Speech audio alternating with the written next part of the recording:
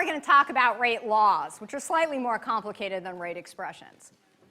So a rate law is you come up with a rate law experimentally. And it's the relationship between the rate and the concentration. So we're going to introduce a term called the rate constant, which is a small letter k. And so the rate constant is going to tell you about the relationship between the rate and the concentration of your reactants in a reaction.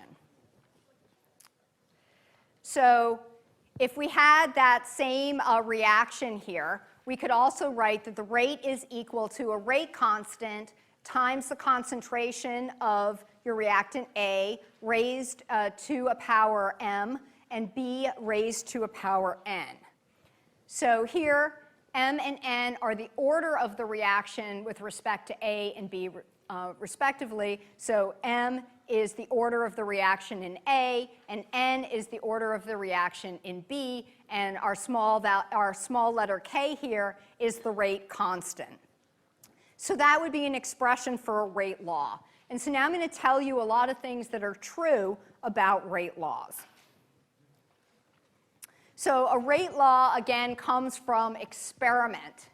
So you can't just look at the stoichiometry of the reaction and predict the rate law. So m is not the stoichiometry of the reaction, and in terms of A.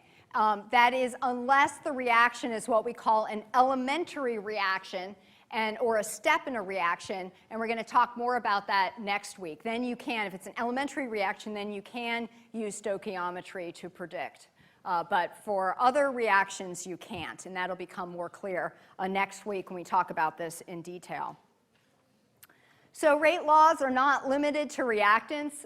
Sometimes a product will show up. It's not that common, but it's possible. And again, it's experimentally determined. So the experiment would have to tell you whether that term is going to be there or not. So occasionally you'll see a product term in a rate law. So in terms of m and n, the orders of the reaction, m and n can be integers.